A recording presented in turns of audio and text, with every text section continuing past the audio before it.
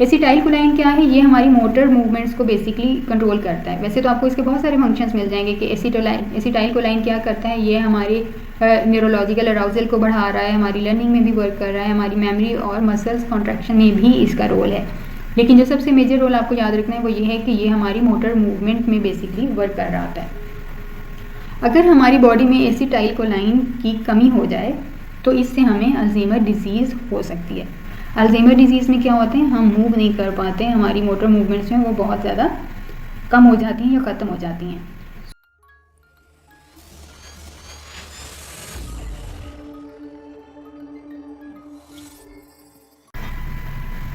Today we are going to start our third chapter which is about the biological basis of behavior.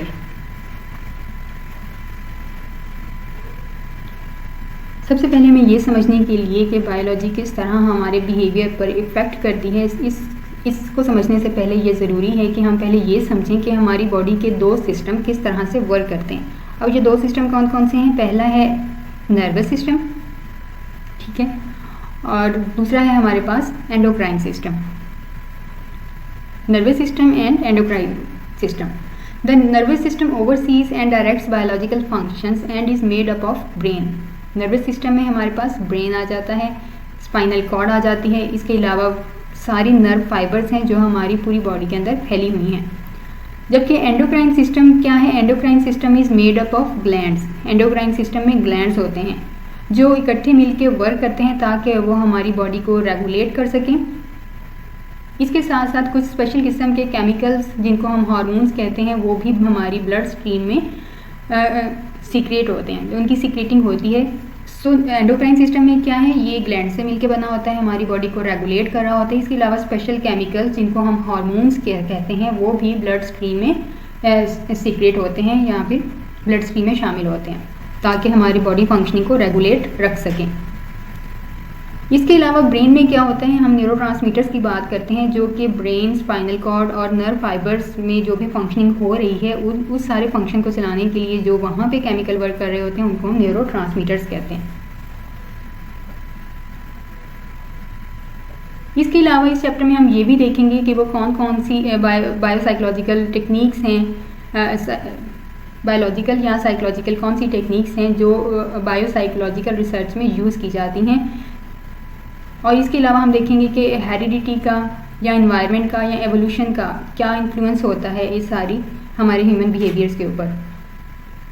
इसके अलावा कुछ biological factors भी होते हैं जो इफ़ेक्ट करते हैं हमारी स्टेट ऑफ कॉन्शियसनेस को। उस कॉन्शियसनेस में क्या आ जाता है? हमारी स्लीप आ जाती है, ड्रीमिंग आ जाती है और बहुत ज़्यादा मुख्तलिफ़ किस्म के बायोलॉजिकल साइकोलॉजिकल कॉन्ट्रीब्यूशंस भी होती है जो मिल के हमारे बिहेवियर को मॉडिफाई कर रही होती है। सो बेसिकली इस चैप्टर में हमारी जो लर्निंग ऑब्जेक्टिव हो वो है कि हमने डिस्क्राइब करना है बेसिक न्यूरल प्रोसेस क्या होता है और कौन कौन से सिस्टम्स होते हैं जो मिल के बायोलॉजिकल बेसिस की बेस पे हमारे बिहेवियर को फॉर्म कर रहे होते हैं। इसके अलावा हम ये भी देखेंगे कि किस तरह से ड्रग्स इन्फ्लुएंस करते हैं हमारे न्यूरोट्रांसमीटर्स को।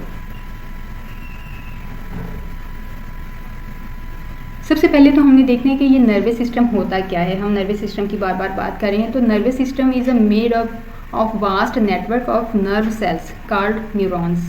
न्यूरॉन्स के बारे में आप सबने सुना होगा, इसको सेल कहते हैं। Neurons are cell. इसके अलावा एक नर्वस ऑर्गन्स भी होते हैं, तो लेकिन उन सबको मिल के सारी चीज़ों को बनाते क्या हैं? ये न्यूरॉन्स मिल के हर चीज़ को बना रहे होते हैं, तो इनको हम सेल्स कहते हैं। So these nerve cells are called neurons. तो ये अक्सर घुमा फिरा के ये टर्म पूछ ली जाती है कि नर्व सेल्स को हम न्यूरॉन कहते हैं, ऑर्गन्स कहते हैं, सोमा कहते हैं, सेल बॉडी कहते हैं, इसके डिफरेंट पार्ट्स के नाम पूछे जाते हैं। सो यहाँ पर आपको याद रखना है कि नर्व सेल्स हमेशा न्यूरॉन होता है, ठीक है। इसके अलावा ये जो न्यूरॉन है इसके बहुत सारे पार्ट्स होते हैं। सबसे पहले तो होता है सोमा या सेल बॉडी। बहुत सारे दूसरे सेल्स की तरह न्यूरॉन की भी एक सेल बॉडी होती है जिसके अंदर एक न्यूक्लियस होता है, ठीक है। न्यूरॉन की सेल बॉडी होती है, सेल बॉडी के अंदर न्यूक्लियस होता है, माइटोकॉन्ड्रिया होता है, गोल्गी होती है, ठीक है। ये इसके गोल्गी अपरेटस होता है, ribosomes and outer membranes as well. So these are the parts of cell body. ये सब कहाँ पे मिलता है? आपको सोमा में मिलता है, सेल बॉडी में मिलता है। ये जो इसके सोमा के अंदर ये जो सारी चीज़ें मौजूद हैं, इनकी क्या फंक्शनिंग है, इसके बारे में ज़्यादा डिटेल क्वेश्चन नहीं पूछा जाता है कॉम्पिटिटिव एग्जाम्स के अंदर, स्पेशली एमसीक्यूज़ के अंदर। सो ये तो हो गए सब स्ट्रक्चर्स इधर build molecules for use in other parts of the cell और सर्व मेटाबॉलिक फंक्शंस। ये सारे सेल बॉडी के अंदर जो भी फंक्शनिंग हो रही होती है, इन सारे स्ट्रक्चर जो सब स्ट्रक्चर्स हैं सेल बॉडी के अंदर, ये बेसिकली मिल के हमारा मेटाबॉलिक फंक्शन इंक्रीज़ कर रहे होते हैं या फिर डिक्रीज़ कर रहे होते हैं। अब ये न्यूरॉन होते हैं, इसकी कुछ अपनी एक यूनिक शेप होती है, एक स्पेशलाइज्ड स्ट्रक्चर होता है जिसको हम कहते हैं डेंड्राइट्स एंड एक्सोन। अब वो जो स्पेशलाइज्ड स्ट्रक्चर्स होते हैं उनमें डेंड्राइट्स आ जाते हैं, एक्सोन्स आ जाते हैं। अब ये क्या चीज़ें हैं, इनके बारे में आपने बेसिक याद रखना है। Each neuron processes many टिनी fibres called dendrites. जितने भी न्यूरॉन के अंदर जो भी प्रोसेस हो रहा होता है बेसिकली उसमें डेंड्राइट्स का रोल ज़्यादा होता है। Which extend outward from the cell bodies membrane. अब ये डेंड्राइट कहाँ से स्टार्ट होते हैं? डेंड्राइट्स हमारी बॉडी के अंदर जो सेल बॉडी होती है वहाँ से ये एक्सटेंड होता है बाहर की तरफ सेल बॉडी से। These thin branching tree-like fibers contain receptors to accept signals from the other nearby neurons. Dendrites का फंक्शन क्या होता है? किसी दूसरे सिग्नल से न्यूरॉन से उसने सिग्नल कैच करने होते हैं। ठीक है, फॉर एग्जांपल क्रिकेट हम खेल रहे हैं तो वहाँ पे एक बॉलिंग कर रहा है और दूसरा कैच कर रहा है। सो जो कैच करने वाला बंदा है उसको हम डेंड्राइट कहेंगे यहाँ पे। ठीक है, the person who is catching the ball that person is called dendrite. और वो पर्सन जो थ्रो कर रहा है बॉल को उसे हम क्या कहेंगे? उसे हम एज अ टर्मिनल बटन लेंगे। तो वो क्या होते हैं वो भी हम नेक्स्ट डिस्कस करेंगे। अब ये डेंड्राइट्स क्या होती हैं? ये छोटी छोटी सी टिनी ब्रांचेस होती हैं, बिल्कुल जैसे दरख्त के छोटे छोटे से तने बाहर को निकले होते हैं, तो इसी तरह से डेंड्राइट्स भी होते हैं। ज़्यादातर न्यूरॉन्स ऐसे होते हैं जिनका सिर्फ एक एक्सॉन होता है और उनकी जॉब क्या होती है कि वो इन्फॉर्मेशन को ट्रांसमिट करेंगे एक न्यूरॉन्स की सेल बॉडी से दूसरे न्यूरॉन तक। जो भी मैसेज आया है बेसिकली वो एक्सॉन का मकसद ये होता है कि वो उस इंफॉर्मेशन को एक न्यूरॉन से दूसरे न्यूरॉन में ट्रांसफ़र कर दे। अब यहाँ पर आपके सामने एक एग्जाम्पल, इसकी एक शेप है, एनाटॉमी है आपके पास न्यूरॉन की। न्यूरॉन का स्ट्रक्चर कुछ इस तरह से होता है। ये दरमियान में the black circle is called a cell body, ये सेल बॉडी है। ठीक है, ये जो छोटी छोटी सी टिनी ब्रांचेस हैं ये डेंड्राइट्स हैं। ये आपके पास एक्सॉन है जो एक लंबी सी ये दरमियान में से जो सारा स्ट्रक्चर जा रहा है, दैट इज़ द एक्सॉन। ये कहाँ से स्टार्ट हो रहा है? सेल बॉडी से एक्सटेंड कर रहा है, बाहर की तरफ जा रहा है और इसके बाद ये फर्दर एक्सटेंड कर जाता है और इसकी फिर छोटी छोटी सी आपको ब्रांचेस नज़र आती हैं जिसको हम कहते हैं कि ये टर्मिनल बटन्स हैं। अब यहाँ पे ये सारे डेंड्राइट्स सिग्नल्स रिसीव करते हैं। यहाँ पे कोई और न्यूरॉन भी मौजूद होगा जहाँ से ये सिग्नल रिसीव करेंगे।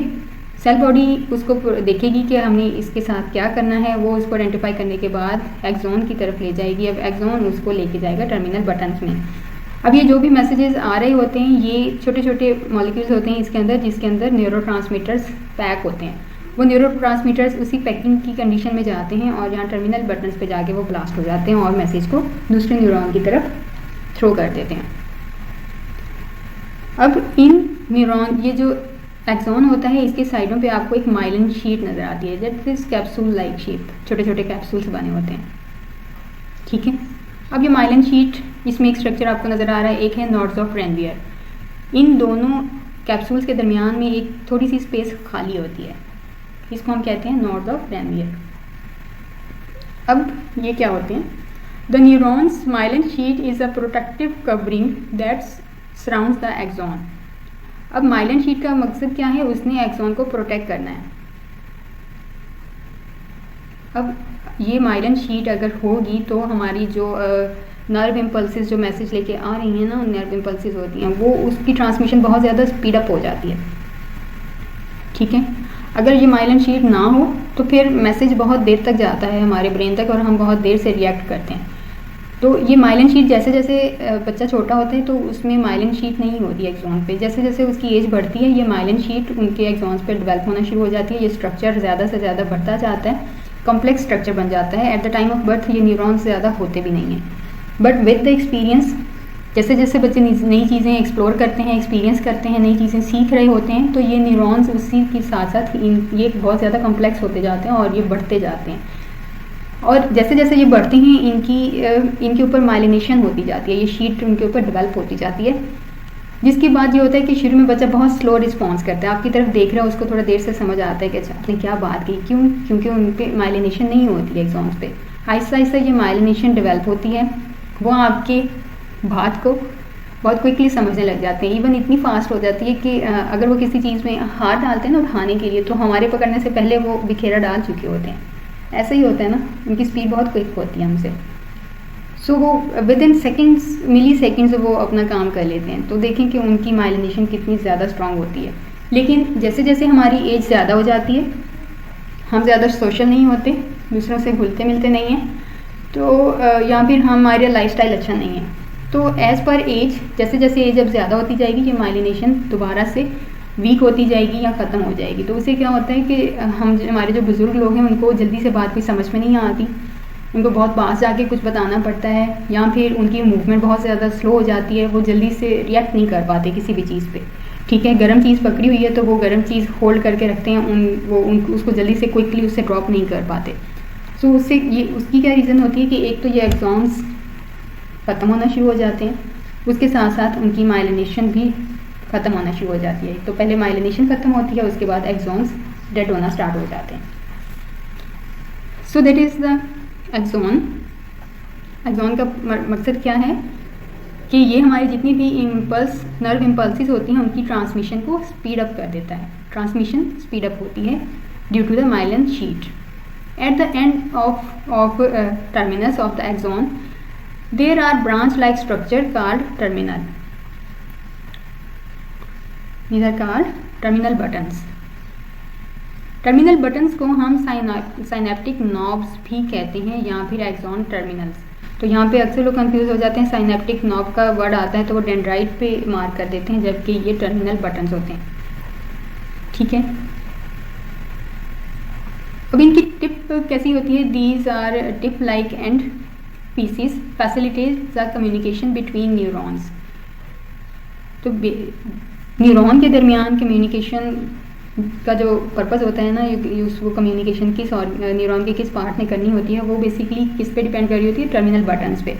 जब तक वो न्यूरो ट्रांसमीटर्स ही थ्रो नहीं करेंगे, आगे वाले न्यूरॉन को क्या समझ आएगी कि ये मुझसे क्या कहना चाह रहा है।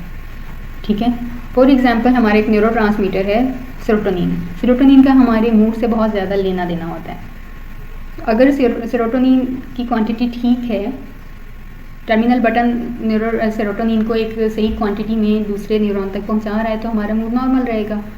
अब किसी वजह से हम डिप्रेस हैं, मूड हमारा ख़राब है, तो वहाँ पे न्यूरो ट्रांसमीटर्स, दैट मीन्स उनकी जो ट्रांसमिशन है, वो जो कम्युनिकेशन थी सेरोटोनिन के थ्रू हो रही थी, वो स्लो हो गई है।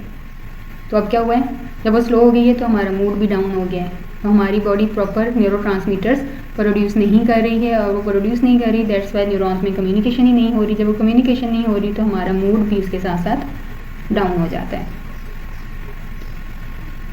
So that's why we are saying that these terminal buttons are the communication between two neurons. So ये कम्युनिकेट करेगा तो ही नेक्स्ट न्यूरॉन के डेंड्राइट्स उस मैसेज को रिसीव करेंगे, अगला न्यूरॉन फिर से उसको प्रिडिक्ट करेगा, एक्सॉन में उसको सेंड करेगा, और वहाँ से नेक्स्ट कौन पिक कर लेगा? अगेन टर्मिनल बटन्स मैसेज को नेक्स्ट न्यूरॉन तक कर देंगे कि हमारी तरफ से ये मैसेज ओके है, अब आप इसको फर्दर आइडेंटिफाई कर लें। अगर आपकी समझ में आता है तो इसे ब्रेन तक पहुँचा दें, वरना फिर आपकी मर्ज़ी। ठीक है, सो बेसिकली ये न्यूरॉन टू न्यूरॉन चलता है। ये सिर्फ एक न्यूरॉन नहीं होता है जो हमारी बॉडी से मैसेज, सेंसेशन से मैसेज लेके हमारे ब्रेन तक जा रहे होते हैं, या ब्रेन से मैसेज लेके हमारी बॉडी में आ रहे होते हैं। There are multiple neurons involve in this. और अगर एक न्यूरो ट्रांसमीटर मैसेज थ्रो कर रहा है तो आगे पिक करने वाला एक ही नहीं होता, बहुत सारे होते हैं। उसमें से जो ज़्यादा स्पीड अपली वर्क करेगा या एक्टिव बैठा होगा, वो मैसेज को कैच करेगा और उसे फर्दर कंटिन्यू कर देगा। ठीक है, अब ये जो न्यूरॉन्स होते हैं ना, इनकी आपस में इनकी एक लाइन, एक रोड मैप बनता है हमारी बॉडी के अंदर। कैसे बनता है? फॉर एग्जांपल स्टार्ट में हमने रोटी बनाना सीखी है, ठीक है, फॉर एग्जांपल, या फिर हमने ये लेक्चर अटेंड करना शुरू किया है, हमने कोर्स स्टार्ट किया। शुरू में हमें समझ नहीं आ रही कि हम कौन से मेथड के साथ चल रहे हैं, या इसे किस तरह से हमें पढ़ना है। तो शुरू में आपको नोट्स बनाने में भी मुश्किल आएगी, आपको सुनने में भी मुश्किल आएगी, समझने में भी मुश्किल आएगी, लेकिन वो क्यों? क्योंकि हमारे न्यूरॉन्स की केमिस्ट्री, हमारी बॉडी की जो केमिस्ट्री है वो उसके अकॉर्डिंग नहीं बनी थी पहले। लेकिन जैसे जैसे आप उसको प्रैक्टिस करते जाते हैं तो आप बस सुनते हैं और लिखते जाते हैं, आपको उतनी ज़्यादा स्ट्रगल नहीं करनी पड़ती जितनी स्टार्ट में करनी पड़ी। तो अब आप क्या करते हैं, अगर आप उसको बहुत ज़्यादा बार बार स्टॉप करके नहीं भी देखते तो भी आप क्विकली बात को पिक करते हैं, रिसीव करते हैं और उसको राइट डाउन कर लेते हैं। तो क्या होता है, अब इससे क्या होता है, हमारी बॉडी के अंदर एक केमिस्ट्री डेवलप हो गई है, एक रोड मैप डेवलप हो गया हुआ है, जिसकी बेसिस पे हम ये सारा फंक्शन बहुत ज़्यादा क्विकली करना स्टार्ट हो गए हैं। स्टार्ट में हम रोटी बनाना शुरू करते हैं, हमें उस पर बहुत ज़्यादा फोकस करना पड़ता है कि रोटी गोल हो, स्क्वायर हो, हम उस पर ईच एंड एवरीथिंग पे हम फोकस कर रहे होते हैं। और अब क्या हो रहा होता है, हमारे ब्रेन में ये न्यूरॉन्स की केमिस्ट्री बन रही होती है, ये आपस में केमिकल प्रोड्यूस कर रहे होते हैं, एक मैप बना रहे होते हैं कि अच्छा ये फंक्शन किस तरह से करना है। तो जैसे जैसे आप एक्सपीरियंस होते जाते हैं तो अब आप रोटी बनाने के साथ साथ मल्टीपल वर्क्स कर रहे होते हैं, आप उसको बिना देखे भी बना सकते हैं। ठीक है, आप ड्रामा भी देख रहे हैं, रोटी भी बना रहे हैं, अब आपकी अटेंशन डिफरेंट वर्क्स पे कन्वर्ट हो सकती है, क्योंकि अब आपका एक्सपीरियंस हो चुका हुआ है, आपके बॉडी के अंदर एक केमिस्ट्री उसके अकॉर्डिंग डेवलप हो चुकी हुई है। इसी तरह हमारी थॉट्स होती हैं, जब हम as a clinical psychologist work कर रहे होते हैं तो हम उनकी थॉट्स पे क्यों वर्क करते हैं, क्योंकि वो जिस तरह से सोचते हैं उसी तरह से उनके इन न्यूरॉन्स की केमिस्ट्री बन चुकी हुई होती है। तो हम उस केमिस्ट्री को तोड़ते हैं, बेसिकली हम CBT अप्लाई करते हैं, गेस्ट्रॉल की थेरेपीज़ लगाते हैं, हम साइकोएनालिटिक थेरेपीज़ के थ्रू जाते हैं। बेसिक हमारा मकसद क्या होता है कि ये जो इन्होंने केमिस्ट्री बना ली हुई है ना अपने थॉट्स और कॉग्निशंस की वजह से, हमने उसको ब्रेक डाउन करना है। और उनमें एक हम उसको रिपीटिशन क्यों करते हैं, हम उनकी बार बार क्यों कहते हैं कि आपने फिर से सेशन के लिए आना है, फिर से सेशन के लिए आना है, क्योंकि हम उनकी पहले वाली केमिस्ट्री को तोड़ते हैं और उसमें नई केमिस्ट्री बनाते हैं, उनको नई थॉट्स देते हैं, उनको नया विजन देते हैं, सोचने का, समझने का, प्रेडिक्ट करने का, दूसरों को अंडरस्टैंड करने का। सो ये हम जो नया विजन देते हैं ना, अब उसकी एक्सरसाइज बहुत ज़्यादा ज़रूरी हो जाती है। एक्सरसाइज इसलिए ज़रूरी होती है, उसके पीछे बेसिक मकसद यही होता है कि ये जो न्यूरॉन्स की केमिस्ट्री है ना, इसको स्ट्रॉन्ग कर दिया जाए। जब वो स्ट्रॉन्ग हो जाती है, वो बार बार एक ही चीज़ को प्रैक्टिस करते हैं तो वो ऑटोमेटिकली डिप्रेशन से बाहर आ जाते हैं, या फिर उनमें अगर एंग्जाइटी थॉट्स हैं तो वो उससे भी निकल आते हैं। सो इन सारी थेरेपीज़ का बेसिक मकसद ही ये इस केमिस्ट्री को तोड़ना होता है जो ये न्यूरॉन्स की वजह से बनती है। ओके, अब हमारे पास यहाँ पे होता है कि terminal buttons of between the terminal buttons of the sending और प्री साइनेप्टिक। प्री साइनेप्टिक किसे कहते हैं, वो न्यूरॉन जो मैसेज दे रहा है, पहले वाला न्यूरॉन, इसको हम कहते हैं प्री साइनेप्टिक। दूसरा होता है पोस्ट साइनेप्टिक। पोस्ट साइनेप्टिक जो रिसीव कर रहा है उसे हम पोस्ट साइनेप्टिक कहेंगे, और जो सेंड कर रहा है उसे हम प्री साइनेप्टिक कहेंगे। प्री मतलब पहले का, पोस्ट मतलब बाद वाला। सो इसे आपने याद करना है, पहले सेंड की जाती है इन्फॉर्मेशन, उसके बाद रिसीव की जाती है। ठीक है, कुछ उलट भी सोचते हैं कि हम पहले रिसीव करेंगे तो ही सेंड करेंगे ना। सो ऐसा अगर सोचें तो, अगर इसको प्रैक्टिकली करके देखें तो, अगर हम पहले रिसीव भी करते हैं, फॉर एग्जांपल हमने किसी चीज़ को टच किया है तो हमने ज़ाहिर है पहले रिसीव किया है, तो लेकिन रिसीव हमारे न्यूरॉन्स ने नहीं किया, हमारी बॉडी ने किया, स्किन ने किया। अब स्किन से आगे न्यूरॉन्स हैं, न्यूरॉन्स के वहाँ पे क्या हैं, वहाँ पे आपके डेंड्राइट्स हैं जिन्होंने उस मैसेज को रिसीव किया है, और उसके बाद उन्होंने उसको सेंड किया है आगे वाले न्यूरॉन पे। तो हम यहाँ पे दो न्यूरॉन्स की बात कर रहे हैं कि दो न्यूरॉन्स आपस में किस तरह से मैसेज को रिसीव करेंगे। तो पहला न्यूरॉन जो इन्फॉर्मेशन सेंड करता है उसे हम प्री साइनेप्टिक न्यूरॉन कहते हैं, और जो रिसीव कर रहा होता है उसे पोस्ट साइनेप्टिक न्यूरॉन कहते हैं। अब इन दोनों सेल्स के दरमियान एक छोटा सा गैप होता है, और उस छोटे से गैप को हम कहते हैं साइनेप्स। ठीक है, अब न्यूरॉन्स के दरमियान जो भी कम्युनिकेशन होती है वो केमिकल मैसेजिंग होती है। ठीक है, साइनेप्टिक गैप्स जो होते हैं इसके दरमियान से वो मैसेज फ्लो करते हैं। ठीक है, और प्री साइनेप्टिक न्यूरॉन से पोस्ट साइनेप्टिक न्यूरॉन तक वो पहुंचते हैं। सो केमिकल कहाँ पे थ्रू होते हैं, ये साइनेप्टिक गैप या साइनेप्स में न्यूरोट्रांसमीटर जो हैं वो रिलीज हो जाते हैं, और वहाँ से आगे पोस्ट साइनेप्टिक न्यूरॉन होता है जिसके डेंड्राइट्स उस मैसेज को रिसीव कर लेते हैं। और प्री साइनेप्टिक न्यूरॉन का कौन सा पार्ट मैसेज थ्रो करता है, टर्मिनल बटन्स। अब कहते हैं कि ये जो न्यूरल कम्युनिकेशन है ये होती कैसे है, how does neural communication takes place. When the dendrite of neurons are excited enough to reach a set threshold, an electrical impulse is generated that travels down the axon. This brief impulse is called an action potential. हमारी body जो होती है उसका एक principal है, all और none principal ना, all और नन प्रिंसिपल का मतलब या तो न्यूरॉन वर्क करेगा या फिर नहीं करेगा। ऑल का मतलब एक्शन पोटेंशियल, नन का मतलब रेस्टिंग पोटेंशियल। तो हमारी बॉडी न्यूरॉन्स के दो तरह के पोटेंशियल्स होते हैं, action potential and resting potential. और इस एक्शन और रेस्टिंग पोटेंशियल को हम ऑल और नन प्रिंसिपल्स भी कहते हैं। एक्शन पोटेंशियल कब होता है? जब एक न्यूरॉन एक्ट कर रहा होता है, वो एक मैसेज को ट्रैवल करवा रहा होता है अपने एक्सॉन के अंदर से, सो that is called action potential. एक न्यूरॉन इस वक्त एक्शन में है, तो जैसे ही वो अपने जो रिसीविंग न्यूरॉन है वो उस अभी रेस्टिंग पोटेंशियल में है, वो कोई काम नहीं कर रहा। लेकिन जैसे ही ये मैसेज उस न्यूरॉन के पास जाएगा तो प्री साइनेप्टिक दोबारा से रेस्टिंग स्टेट में चला जाएगा और वो जो पहले रेस्टिंग में था वो एक्शन में आ जाएगा। सो that is the action potential. Action potentials are none or nothing. If the threshold is reached, the resulting impulse will always have the same strength. ठीक है, जब ये थ्रेशोल्ड दूसरे न्यूरॉन तक रीच करता है तो उस जो नेक्स्ट न्यूरॉन होता है उसमें भी सेम स्ट्रेंथ होती है उस इम्पल्स की, उस एक्शन की। वो उतनी ही तेज़ी से मूव करता है जितना पहले न्यूरॉन से किया उसने। ठीक है, अब ये एक्शन पोटेंशियल ट्रैवल करता है कहाँ तक? एक्सॉन के एंड तक वो ट्रैवल करता है और फिर वो एक केमिकल होता है जिसको हम न्यूरोट्रांसमीटर कहते हैं, वो उन टर्मिनल बटन से रिलीज़ हो जाते हैं और वो क्या काम करते हैं? As a messengers. Neurotransmitters messenger का वर्क कर रहे होते हैं। सो मैसेंजर और न्यूरोट्रांसमीटर को याद रखते हैं। ह्यूमन बॉडी में मैसेंजर्स कौन होते हैं? न्यूरोट्रांसमीटर्स होते हैं। न्यूरोट्रांसमीटर्स किसके अंदर पैक होते हैं? एक टेनी बैग्स होते हैं जिनको हम वेसिकल्स कहते हैं। ये न्यूरोट्रांसमीटर्स उनके अंदर पैक होते हैं। ठीक है, flow across the synaptic gap and activate receptors on the dendrites of the post synaptic neuron. जब ये साइनेप्टिक गैप में फ्लो होते हैं, फ्लो होने के बाद ये जो पोस्ट साइनेप्टिक न्यूरॉन है उसके डेंड्राइट्स को या फिर उसके रिसेप्टर्स को एक्टिवेट कर देते हैं। सो रिसेप्टर्स किसको कहते हैं? डेंड्राइट्स को कहते हैं रिसेप्टर्स। रिसीव कौन करता है इन्फॉर्मेशन? डेंड्राइट्स करते हैं। So that's why these are receptors. अब पोस्ट साइनेप्टिक रिसेप्टर्स में जितने भी न्यूरोट्रांसमीटर्स वहाँ पे रिलीज होते हैं साइनेप्टिक गैप में, वो सारे के सारे जो पोस्ट साइनेप्टिक न्यूरॉन है वो उन सारे ही न्यूरोट्रांसमीटर्स को रिसीव नहीं करता।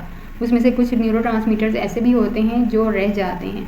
अब वो न्यूरोट्रांसमीटर्स कहाँ जाते हैं? वो न्यूरोट्रांसमीटर्स उस साइनेप्स में से रिमूव हो जाते हैं और उसके रिमूव होने के भी मल्टीपल वेज हैं। कुछ ऐसे होते हैं जो वापस पैक होकर जहाँ जिस न्यूरॉन से आए थे उसी न्यूरॉन में वापस चले जाते हैं, मतलब प्री साइनेप्टिक न्यूरॉन उनको वापस ले जाता है, या फिर being degraded by enzymes in the synapse, या फिर साइनेप्स में ही वो एंजाइम्स के अंदर डिग्रेड हो जाते हैं, या फिर दूसरे जो सराउंडिंग एरिया होता है वहाँ पे वो डिफ्यूज़ हो जाते हैं दूसरे साइनेप्टिक गैप्स में। जितने भी सराउंडिंग एरिया में जो भी साइनेप्टिक गैप होते हैं वो वहाँ पे डिफ्यूज़ हो जाते हैं। सो सारे के सारे न्यूरोट्रांसमीटर्स रिसीव नहीं होते जो रिलीज़ करता है pre synaptic neuron. Neurotransmitters can be excitatory, in which case they cause postsynaptic neuron to fire more action potentials. अब क्या होता है? न्यूरोट्रांसमीटर्स एक्साइटेटरी भी होते हैं। एक्साइटेटरी का मतलब कि बहुत ज़्यादा एक्साइटेड होते हैं और वो कहते हैं कि इसका एक्शन पोटेंशियल जो है ना वो बहुत ज़्यादा होना चाहिए। जैसे मैं एक्साइटेड हूँ, दूसरे न्यूरॉन को भी ऐसे ही एक्साइटेड होना चाहिए। न्यूरोट्रांसमीटर्स क्या करते हैं? हमारे बिहेवियर्स को, हमारी मेमोरीज को, हमारी लर्निंग्स को एक मोटिवेशन देते हैं, बहुत ज़्यादा एक्साइटेड कर देते हैं। इस तरह से आप इसको याद कर लें। सो एक्साइटेटरी मीन्स एक्शन पोटेंशियल को बहुत ज़्यादा इंक्रीज़ कर देते हैं। और हमारे कुछ न्यूरोट्रांसमीटर्स इनहिबिटरी भी होते हैं। इनहिबिटरी मीन्स कि वो जो एक्शन पोटेंशियल की जो फ्रीक्वेंसी होती है ना उसको डिक्रीज़ कर देना। ठीक है, मतलब हमारी जो भी एक्टिविटीज़ हैं उनको वो करने से रोकना। सो कुछ न्यूरोट्रांसमीटर एक्साइटेटरी होते हैं, कुछ इनहिबिटरी होते हैं। कुछ का फंक्शन है हमारे मूड को इंक्रीज़ कर देना और कुछ का फंक्शन है हमारी एबिलिटीज़ को इनहिबिट कर देना।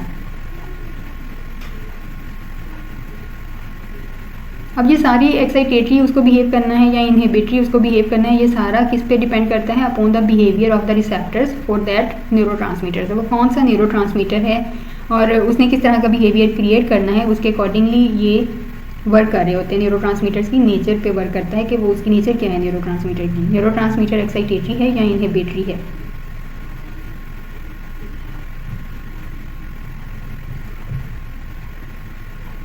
सबसे ज़्यादा कॉमन एग्जांपल जो है एक्साइटेटरी न्यूरोट्रांसमीटर की वो है ग्लूटामेट, और जो सबसे ज़्यादा मोस्ट कॉमन इनहिबिटरी न्यूरोट्रांसमीटर है वो है गाबा अमाइनो ब्यूट्रिक एसिड, जिसे हम गाबा कहते हैं, GABA गाबा। ठीक है, तो सबसे ज़्यादा कॉमन एग्जांपल एक्साइटेटरी न्यूरोट्रांसमीटर की है ग्लूटामेट। ग्लूटामेट सबसे ज़्यादा एक्साइटेटरी न्यूरोट्रांसमीटर है, और जो इनहिबिटरी न्यूरोट्रांसमीटर है वो है गाबा। अब जब हम इनकी फंक्शनिंग देखेंगे कि असल में इन न्यूरोट्रांसमीटर्स का फंक्शन क्या है, ये करते क्या है हमारी बॉडी में, तो हमें इनकी एक्साइटेटरी और इनहिबिटरी नेचर की समझ आ जाएगी। हमारे पास कुछ कॉमन न्यूरोट्रांसमीटर्स हैं। न्यूरोट्रांसमीटर्स, उनके फंक्शंस और वो किस तरह की प्रॉब्लम्स के साथ एसोसिएटेड होते हैं, अगर उनकी एक्सेस हो जाए तो क्या होता है, और अगर इनकी डेफिशिएंसी हो जाए हमारी बॉडी में तो क्या होता है। सो बेसिकली हम यहाँ पे न्यूरोट्रांसमीटर्स के नाम देखेंगे, कौन से होते हैं, उनके फंक्शंस क्या होते हैं, और वो उनके साथ किस तरह की प्रॉब्लम्स एसोसिएटेड हैं, अगर वो ज़्यादा हो जाएं या कम हो जाएं। सबसे पहले हमारे पास एसिटाइल कोलाइन। ठीक है, ये आपके पास आपके सामने स्क्रीन में कुछ 7 न्यूरोट्रांसमीटर्स आपको शो हो रहे हैं। Acetylcholine, dopamine, endorphins, serotonin, GABA, glutamate, norepinephrine. ये मोस्ट कॉमन न्यूरोट्रांसमीटर्स हैं हमारी बॉडी में, जिनके बारे में अक्सर पूछा जाता है। एसिटाइल कोलाइन क्या है, ये हमारी मोटर मूवमेंट्स को बेसिकली कंट्रोल करता है। वैसे तो आपको इसके बहुत सारे फंक्शंस मिल जाएंगे कि एसिटाइल कोलाइन क्या करता है, ये हमारे न्यूरोलॉजिकल अराउजल को बढ़ा रहा है, हमारी लर्निंग में भी वर्क कर रहा है, हमारी मेमोरी और मसल्स कॉन्ट्रैक्शन में भी इसका रोल है। लेकिन जो सबसे मेजर रोल आपको याद रखना है वो ये है कि ये हमारी मोटर मूवमेंट में बेसिकली वर्क कर रहा होता है। अगर हमारी बॉडी में एसिटाइल कोलाइन की कमी हो जाए तो इससे हमें अल्जाइमर डिजीज़ हो सकती है। अल्जाइमर डिजीज़ में क्या होते हैं, हम मूव नहीं कर पाते हैं, हमारी मोटर मूवमेंट्स में वो बहुत ज़्यादा कम हो जाती हैं या ख़त्म हो जाती हैं। सो इससे आपने याद रखना है कि अल्जाइमर डिजीज़ में होता क्या है। उसके साइंस एंड सिम्टम्स अगर आपको याद होंगे तो आप क्विकली आपको समझ आ जाएगी कि ये सारा मोटर मूवमेंट से रिलेटेड है, और मोटर मूवमेंट्स किससे रिलेटेड है, एसिटाइल कोलाइन से। इसके अलावा सेकंड नंबर पे आता है हमारे पास डोपामाइन। डोपामाइन अगेन हमारी मोटर मूवमेंट और अलर्टनेस को कंट्रोल कर रहा होता है। बेसिक इस न्यूरोट्रांसमीटर का फंक्शन ये है। इसके अलावा आपको और भी इसके फंक्शंस मिलेंगे। डोपामाइन हमारे मूड में भी इन्वॉल्व है, मूवमेंट में, अटेंशन में, कॉग्निशन में और लर्निंग में। क्योंकि ये कंसेप्ट आपको क्या कहते हैं, कंफ्यूज कर देते हैं। एसिटाइल कोलाइन भी लर्निंग और मेमोरी से रिलेटेड है, और डोपामाइन भी हम कह रहे हैं कि ये लर्निंग से रिलेटेड है, और इसमें हम अटेंशन की भी बात कर रहे हैं। और भी डिफरेंट न्यूरोट्रांसमीटर्स हैं जो इस तरह की फंक्शनिंग कर रहे हैं, लेकिन जो मेजर बात याद रखनी है वो है alertness and motor movements, dopamine. अगर डोपामाइन की हमारी बॉडी में कमी हो जाए, ठीक है, अगर इसकी कमी हो जाए तो क्या होगा, पार्किंसन डिजीज़। ठीक है, अगर डोपामाइन की कमी हो जाए तो हमें पार्किंसन डिजीज़ होगी। पार्किंसन डिजीज़ में हम ज़्यादा अलर्ट नहीं होंगे, हमारी मोटर मूवमेंट जो है वो कम हो जाएगी। और अगर डोपामाइन, क्योंकि मोटर मूवमेंट के साथ साथ ये अलर्टनेस में भी इसका रोल है, और अगर इसकी ज़्यादती हो जाए, ओवर अबंडेंस हो जाए, तो फिर क्या होगा, शिज़ोफ्रेनिया होगा। शिज़ोफ्रेनिया के लोगों की मोटर मूवमेंट भी बहुत ज़्यादा होती है और वो अलर्ट भी बहुत ज़्यादा होते हैं। ऐसे ही होता है ना। सो डोपामाइन क्योंकि इन दोनों के साथ काम कर रहे हैं कि इसकी मोटर मूवमेंट और अलर्टनेस को ये थोड़ा बैलेंस रख के चल रहा है। तो अगर हमें शिज़ोफ्रेनिया हो गया है तो इसका मतलब है डोपामाइन इंक्रीज़ हो गया है हमारी बॉडी के अंदर। और अगर हम पार्किंसन डिजीज़ की बात करें तो इसका मतलब है कि डोपामाइन की कमी हो गई है, ना तो हम मूव कर पा रहे हैं और ना ही हम बहुत ज़्यादा अलर्ट हैं। ठीक है, so these both things are associated with dopamine. Then the next one is endorphin. Endorphin का बेसिक पर्पस पेन कंट्रोल है, और मोस्टली ये किस में इन्वॉल्व है, एडिक्शन में। एडिक्शन में एंडोर्फिन्स होती हैं जिसकी वजह से हम पेन को कंट्रोल कर रहे होते हैं। एडिक्शन में जब हम उनकी कोई जिस भी चीज़ के वो एडिक्ट हैं, अगर हम उनको छुड़वाने की कोशिश करते हैं तो उनको बॉडी पेन्स होते हैं। सो उस पेन को कंट्रोल करने के लिए हम उनको जो मेडिसिन देते हैं वो एंडोर्फिन रिलेटेड होती हैं। एंडोर्फिन्स के और क्या क्या यहाँ पर ओके जी, इसमें यहाँ पे एंडोर्फिन मिसिंग है, but that's very important. Endorphin हमारे पेन को कंट्रोल कर रहा होता है, neurotransmitter. Then the next one is serotonin. Serotonin का मकसद है हमारे मूड को कंट्रोल करना। ठीक है, इनके मेजर फंक्शंस हैं। अगर सेरोटोनिन की कमी हो जाए तो इससे हमें क्लिनिकल डिप्रेशन हो सकता है। सो मूड का ताल्लुक सेरोटोनिन से है, और अगर सेरोटोनिन की कमी हो जाए तो हम क्लिनिकल डिप्रेशन की तरफ जा सकते हैं। Clinical depression means severe depression. The next neurotransmitter is गाबा।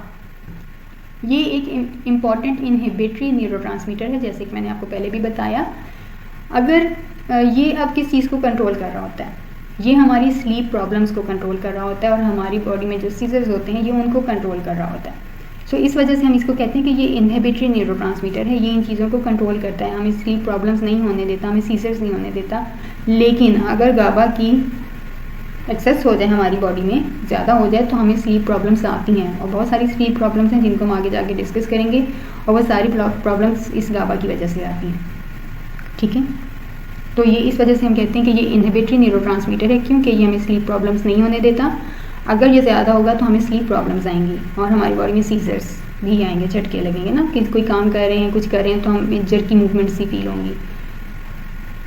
इसके अलावा ये रिड्यूस करता है हमारे न्यूरॉन और ब्रेन एक्टिविटी को, क्योंकि हमारी ये जो सीजर्स हैं इसमें हमारे न्यूरॉन का अमल दखल है और ब्रेन एक्टिविटी इन्वॉल्व होती है स्लीपिंग में। तो that's why it's a inhibitory neuron. ये हमारी ब्रेन एक्टिविटी को और न्यूरॉन्स की एक्टिविटी को कंट्रोल कर रहा होता है। Then the next is glutamate. हमने पहले बात की कि ये एक एक्साइटेटरी न्यूरोट्रांसमीटर है और इसका मेमोरी से बड़ा लेना देना है। सो ये एक्साइटेटरी क्यों है? क्योंकि ये हमारे मिग्रेन्स को और सीजर्स को कंट्रोल करता है। अगर ये as an excitatory neurotransmitter work नहीं करेगा तो हमें मिग्रेन्स के इश्यूज हो सकते हैं और हमें सीजर्स भी हो सकते हैं। ठीक है, सो ग्लूटामेट की अगर कमी हो जाए तो मिग्रेन और सीजर्स होंगे। अगर गाबा की ज़्यादा हो जाए हमारी बॉडी में तो सीजर्स और स्लीप प्रॉब्लम्स आएंगे। So there are the different functions among these neurotransmitters. तो गाबा ग्लूटामेट की ये चीज़ आपने याद रखनी है। इनहिबिट हो रहा है तो वो क्या चीज़ें कंट्रोल कर रहा है, और अगर वो ज़्यादा हो गया तो क्या हो सकता है। ग्लूटामेट एक्साइटेटरी न्यूरोट्रांसमीटर है, तो वो क्या चीज़ कंट्रोल कर रहा है, तो वो हमारी मिग्रेन्स और सीजर्स को कंट्रोल कर रहा है। अगर ये कम हो जाएगा तो ये प्रॉब्लम्स हमें हो सकती हैं। यहाँ पे कहते हैं ग्लूटामेट क्या काम करता है। कहते हैं ग्लूटामेट एक इम्पॉर्टेंट न्यूरो एक्साइटेटरी ट्रांसमीटर है सेंट्रल नर्वस सिस्टम में, जो कि हमारी मेमोरी और लर्निंग में बहुत इंपॉर्टेंट रोल प्ले कर रहा होता है। इसके बाद लास्ट वन है हमारे पास नोरपेनेफ्राइन। ये बेसिकली अलर्टनेस और अराउजल से रिलेटेड है। नोरपेनेफ्राइन नॉर्मली हमारी बॉडी में वर्क कर रहा होता है। अगर ये नॉर्मल है, ना तो ये एक्साइटेटरी है ना इनहिबिटरी है, it's working as a normal. So इसका काम है हमें अलर्ट रखना और हमें जगा के रखना। ठीक है, और अगर इसकी कमी या ज़्यादती हो जाए तो हमें डिप्रेशन हो सकता है। Norepinephrine important in controlling alertness, wakefulness, mood and attention, enhances memory of emotional events. Emotional event से रिलेटेड जो भी हमारी मेमोरी होती है उसको इन्हेंस करता है नोरपेनेफ्राइन।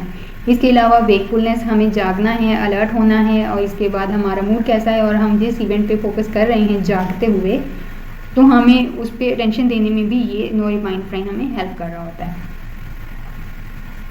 सो these are the neurotransmitters which are involved in the functioning of our body.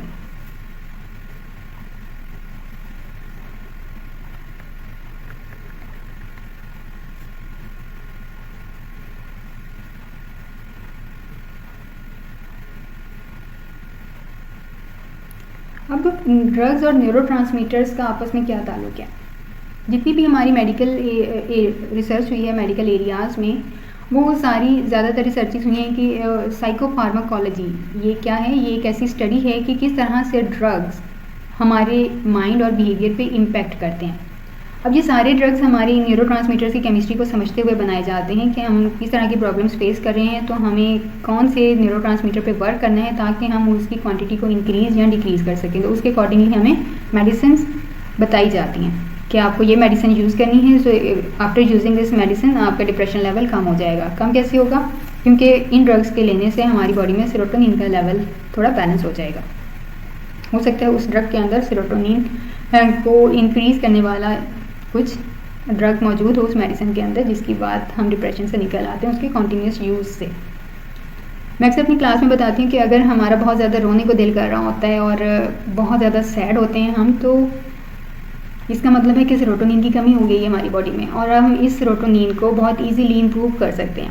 हम पढ़ रहे थे ड्रग्स और न्यूरोट्रांसमीटर्स, किस तरह से हम ड्रग्स को यूज़ करते हैं कि वो हमारे माइंड और बिहेवियर पर इम्पेक्ट कर सकें और हमारी जो भी मेंटल सिचुएशन है उसको ठीक कर सकें। अब इसमें जो ज़्यादातर कॉमन कैटेगरीज हैं इन ड्रग्स की, उनको वो तीन किस्म की होती हैं। First is agonist, antagonist and reuptake inhibitors. ये 3 तरह के हमारे पास मोस्टली ड्रग्स की टाइप्स होती हैं, ठीक है। Agonist, antagonist and reuptake inhibitors. अब ये 3 तरह के ड्रग्स किस तरह से हमारी बॉडी पे वर्क करते हैं। Drugs that mimic neurotransmitters and make post synaptic neurons fire are called agonist. Agonist क्या होते हैं, ये हमारी जो बाइंडिंग साइट होती है ना, बाइंडिंग साइट, उसके साथ ये जाके जो हमारे रिसेप्टर्स होते हैं, और रिसेप्टर्स कहाँ पे होते हैं, डेंड्राइट्स पे होते हैं, ये जाके उनके साथ बाइंड हो जाते हैं। एगोनिस्ट उनके साथ जाके बाइंड हो जाते हैं और उसके बाद क्या करते हैं कि ये उनको एक्टिवेट कर देते हैं। बेसिकली वो न्यूरोट्रांसमीटर्स जिनके डेंड्राइट्स एक्टिवेट नहीं होते, वो न्यूरोट्रांसमीटर को रिसीव नहीं कर रहे, उनकी फंक्शनिंग प्रॉपर नहीं है, तो ये रिसेप्टर साइट के साथ जाके बाइंड होते हैं और उनको एक्टिवेट कर देते हैं, ठीक है। तो बेसिकली एगोनिस्ट का पर्पस बिल्कुल सेम उसी तरह से होता है जिस तरह से न्यूरोट्रांसमीटर्स का होता है, that is mimicking. So agonist की समझ आ गई कि ये क्या करते हैं, रिसेप्टर्स मतलब जो डेंड्राइट्स होते हैं उनके साथ जाके बाइंड होते हैं, हो जाते हैं और उन डेंड्राइट्स को एक्टिवेट कर देते हैं। अब जब वो एक्टिवेशन काफ़ी एनफ हो जाती है, with enough activation the dendrites then prompt the neuron to fire an action potential unless the drug is an agonist of an inhibitory neurotransmitter like GABA। So mostly ये जो हमारे पास एगोनिस्ट होते हैं, ये ऐसी ड्रग है जो हमारे इनहिबिटरी न्यूरोट्रांसमीटर्स होते हैं ना, लाइक गाबा, जहाँ पे in which case binding to the receptors leads to fewer action potential. तो ये जो रिसेप्टर्स होते हैं, ये ड्रग्स होते हैं, ये उन न्यूरोट्रांसमीटर्स के साथ जाके बाइंड नहीं होते जहाँ पे न्यूरोट्रांसमीटर्स का मकसद इनहिबिट करना होता है। जैसे कि गाबा का मकसद है कि उसने इनहिबिट करना है न्यूरोट्रांसमीटर्स की एक्टिविटी को, इस न्यूरोट्रांसमीटर को इनहिबिट करना है ताकि वो हमारी बॉडी की जो फंक्शनिंग है उसको कंट्रोल कर सकें। सो उस तरह के केसेस में ये उन रिसेप्टर्स के साथ जाके बाइंड नहीं होते, क्योंकि इन रिसेप्टर्स का मकसद तो है कि वो एक्शन पोटेंशियल को कम कर सकें, जबकि जो हमारे पास एगोनिस्ट हैं, इसका मतलब है कि रिसेप्टर साइट की एक्टिविटी को ज़्यादा कर देना और एक्शन पोटेंशियल को इंक्रीज़ कर देना। सो हम अक्सर ये सोचते हैं कि एगोनिस्ट तो किसी भी न्यूरोट्रांसमीटर की बाइंडिंग रिसेप्टर साइट पे जाके बाइंड हो जाएंगे, तो ऐसा नहीं है। वो स्पेशलाइज्ड होते हैं, उनको उसी रिसेप्टर साइट पे जाके वो एक्टिवेट होते हैं जहाँ पे उनको उसी न्यूरोट्रांसमीटर को पिक करना होता है जिसकी एक्टिविटी को हमें बढ़ाना होता है। सो लेकिन कुछ हमारे ड्रग्स ऐसे भी होते हैं जो वर्क के एक न्यूरोट्रांसमीटर हमने जो सेरोटोनिन है उसकी एक्शन पोटेंशियल उसकी बढ़ानी है, लेकिन वो जाके गाबा के रिसेप्टर्स पर उसकी एक्टिविटी को बढ़ा देते हैं। तो वो उसमें हम कहते हैं कि यार एक मसला हल हुआ है तो दूसरा शुरू हो गया है। तो हमारे यहाँ जो एलोपैथिक की मेडिसिन होती हैं वो अक्सर इसी वजह से होती हैं कि अगर वो गलत साइड पे जाके बाइंड हो जाएं तो फिर एक मसला ख़त्म हो जाता है तो दूसरा शुरू हो जाता है। लेकिन अगर डॉक्टर्स नेक्स्ट टाइम हम जाएं और बताते हैं और आपको वो मेडिसिन याद रहे कि 3 या 5 दिन के लिए दी जाती है, 1 दिन के लिए दी जाती है, अगर आप उससे ज़्यादा खा लेते हैं तो आप अपने साथ ज़्यादती कर रहे हैं। और अगर आपको उसका कोई इफेक्ट नहीं महसूस हो रहा तो आप 3 दिन खाएं, उसे ख़त्म करें और उसके बाद आप डॉक्टर के पास जाएँ कि इस मेडिसिन से मुझे ये फीलिंग्स आई हैं, तो वो या तो उसको चेंज कर देंगे या फिर उसकी क्वान्टिटी कम या ज़्यादा कर देंगे। सो खुद अपने डॉक्टर नहीं बनना है, डॉक्टर की सजेशन से आपने लेनी है जो भी मेडिसिन लेनी है। फिर इसी तरह हमारे पास एक दूसरी साइड होती है जिसको हम कहते हैं एंटागोनिस्ट। एंटागोनिस्ट का मतलब क्या होता है कि इसने प्रिवेंट करना होता है रिसेप्टर्स को फ्रॉम एक्टिवेटिंग। पहले एंटागोनिस्ट क्या कर रहे हैं, एक्टिवेट कर रहे हैं, और एंटागोनिस्ट प्रिवेंट कर रहे हैं एक्टिवेट होने से। अब ये कहाँ पे जाके अटैच होते हैं, ये रिसेप्टर साइट्स जो होती हैं ना पोस्ट साइनेप्टिक न्यूरॉन की, मीन्स पोस्ट साइनेप्टिक न्यूरॉन के डेफिनेटली डेंड्राइट्स होते हैं, ये अगेन उन साइट्स पे जाके बाइंड हो जाते हैं और उन रिसेप्टर्स को एक्टिवेट नहीं करते। पहला क्या कर रहा था, एक्टिवेट कर रहा था, और ये दूसरा क्या कर रहा है, एक्टिवेट नहीं कर रहा। इसके अलावा ये उन रिसेप्टर्स को एक्टिवेट होने से रोक रहा है। दैट मीन्स कि वो रिसेप्टर्स एक्टिवेट हैं और एंटागोनिस्ट का मकसद है उन रिसेप्टर्स के साथ जाके बाइंड हो जाना और उनकी एक्टिवेशन को रोक देना। एग्जाम्पल जहाँ पे दी है, डोपामिन एक एंटागोनिस्ट के तौर पे अगर हम काम करें तो ये ब्लॉक कर देगा न्यूरोट्रांसमीटर डोपामिन को from binding to its receptors. अगर हम एंटागोनिस्ट में एक डोपामिन ले रहे हैं और डोपामिन की क्वांटिटी हमारी बॉडी में बहुत ज़्यादा हो गई है और वो न्यूरॉन्स काफ़ी एक्टिवेट हैं, वो डोपामिन को रिसीव कर रहे हैं, तो ये जो हमारे पास एंटागोनिस्ट है डोपामिन का, वो रिसेप्टर साइड पे जाके बाइंड हो जाएगा और उसकी एक्टिविटी को ब्लॉक कर देगा। अब डोपामिन का क्या मकसद है, ये हमें हमारी मूवमेंट को और हमारे कोग्निटिव फंक्शंस को रेगुलेट कर रहा होता है। ठीक है, तो जब हमारी मूवमेंट्स और कोग्निटिव फंक्शनिंग कुछ ज़्यादा ही एक्स्ट्रा हो जाती है ना, ओवरलोडेड हो जाती है, तो फिर हम क्या करते हैं, एंटागोनिस्ट यूज़ करते हैं ताकि उस रेगुलेशन को थोड़ा कम कर दें। और अगर डोपामिन बहुत ज़्यादा कम हो जाए तो फिर हमें डिसऑर्डर्स जैसे कि पार्किंसन डिजीज़ हो सकती है। इसमें कौन सी सिम्टम्स होती हैं, इसमें हमारी मूवमेंट्स इम्पेयरमेंट होती हैं और डिमेंशिया होता है, याददाश्त कमज़ोर हो जाती है और हम मूव नहीं कर पाते। That is the major symptom of Parkinson disease. और अगर डोपामिन बहुत ज़्यादा हो जाए तो शिज़ोफ्रेनिया हो सकता है, बाइपोलर डिसऑर्डर हो सकता है, या इसके साथ साथ और भी बहुत सारे साइकोलॉजिकल डिसऑर्डर्स हैं जो डोपामिन के साथ रिलेटेड हैं। सो अब हमें डोपामिन को इंक्रीज़ करना है या डिक्रीज़ करना है, तो उसके लिए हम ये डिफरेंट कैटेगरीज जो हमारे पास ड्रग्स इनकी हैं, हम इनको यूज़ कर रहे होते हैं।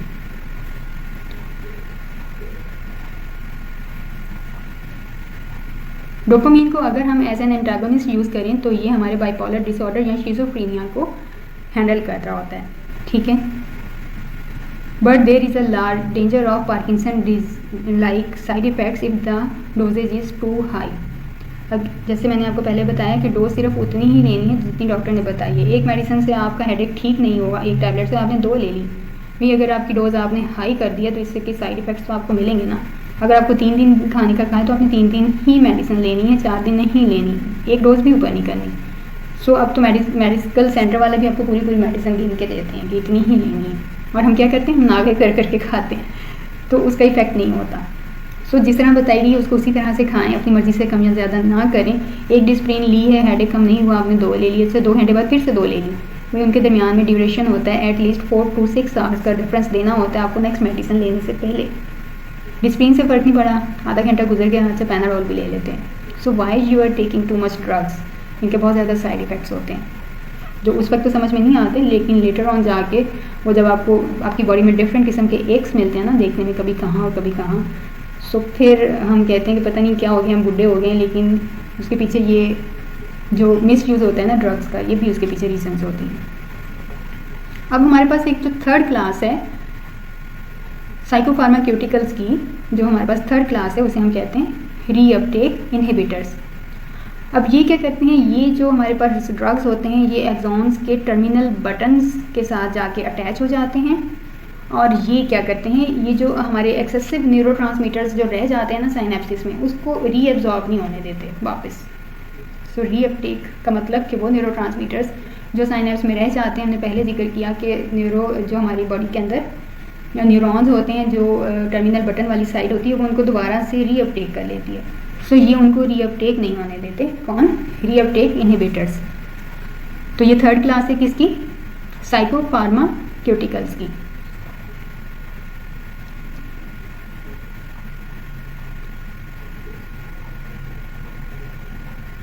For example, consider the class of medications known as selective serotonin reuptake inhibitors.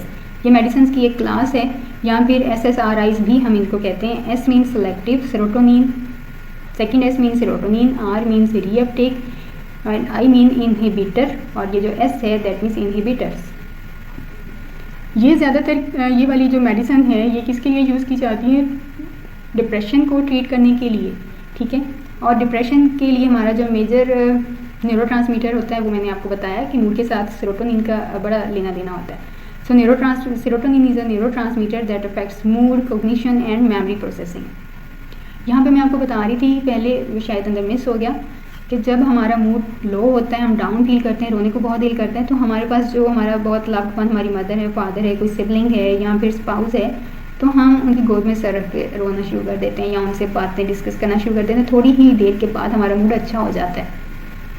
अब ये एक नेचुरल प्रोसेस है। जब आप किसी बहुत अपने क्लोज वन का आप हाथ भी पकड़ लेते हैं ना, उसके कंधे पे सर रख लेते हैं या गोद में सर रख लेते हैं, और छोटे छोटे बच्चे भी जब रो रहे होते हैं तो माँ के गले लगते हैं, थोड़ी देर बाद उनका मूड ठीक हो जाता है। वह एक नेचुरल प्रोसेस होता है। वो जो सेरोटोनिन की क्वांटिटी उनकी बॉडी में कम हो रही होती है, वो ऑटोमेटिकली इंक्रीज़ होना शुरू हो जाती है। जस्ट किसी के पास बैठने उनका हाथ पकड़ लें, गोद में सर रख लें, कंधे पर सर रख लें, तो उनसे उनके जो सेरोटोनिन है उसका लेवल ऑटोमेटिकली इंक्रीज़ होना शुरू हो जाता है और आपका मूड अच्छा हो जाता है, आपकी कॉग्निशन अच्छी हो जाती है और आपकी जो मेमोरी स्टॉप हुई होती है ना, वो भी अपनी वर्किंग में आ जाती है। सो ये बहुत ही बेसिक सी बात है। और जब हम ज़्यादा तन्हा रहते हैं, ज़्यादा सोचते हैं, किसी के साथ शेयरिंग नहीं करते, तो सेरोटोनिन का लेवल आहिस्ता आहिस्ता कम होता जाता है, which leads to the depression. अगर सेरोटोनिन का लेवल बहुत ज़्यादा कम हो जाए तो डिप्रेशन के साथ साथ और भी बहुत से मूड डिसऑर्डर्स हैं जो हमें एज अ रिजल्ट देखने में मिलते हैं।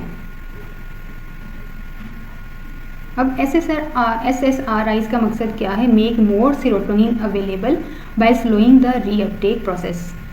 अब SSRIs का मकसद क्या है कि जो सेरोटोनिन अवेलेबल है जितना भी साइनेप्टिक गैप में, वो ज़्यादा से ज़्यादा रिसीव हो, रीअपटेक ना हो। सो इसको हम कहते हैं, क्या कहते हैं? Reuptake inhibitors. इस वजह से ये रोकते हैं ताकि वो ज़्यादा से ज़्यादा वो रिसीव हो सकें। रीअपटेक उनका अगर हो जाएगा तो फिर ज़ाहिर है नेक्स्ट न्यूरोट्रांसमीटर उसको नहीं रिसीव करेगा ना। नेक्स्ट हमारे पास है नर्वस सिस्टम। इसके लिए मैंने आपको वीडियोस कहा था कि आपने वो वीडियोस लाजमी देखनी है। आई होप आपने देखी भी होंगी। यहाँ पे जो इम्पोर्टेंट चीज़ है कि हमारे ब्रेन का जो वेट है वो 3 पाउंड्स होता है, ऑलमोस्ट 3 पाउंड्स का मतलब 1.4 किलोग्राम्स। ठीक है। अब PNS, central nervous system, peripheral nervous system, ये सारी चीज़ें आपने आई होप के पढ़ ली हुई हैं। ठीक है।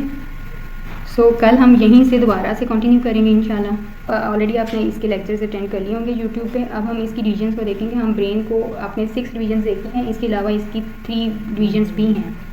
3 डिवीजन्स आपको यहाँ हम मैप में भी कल समझेंगे।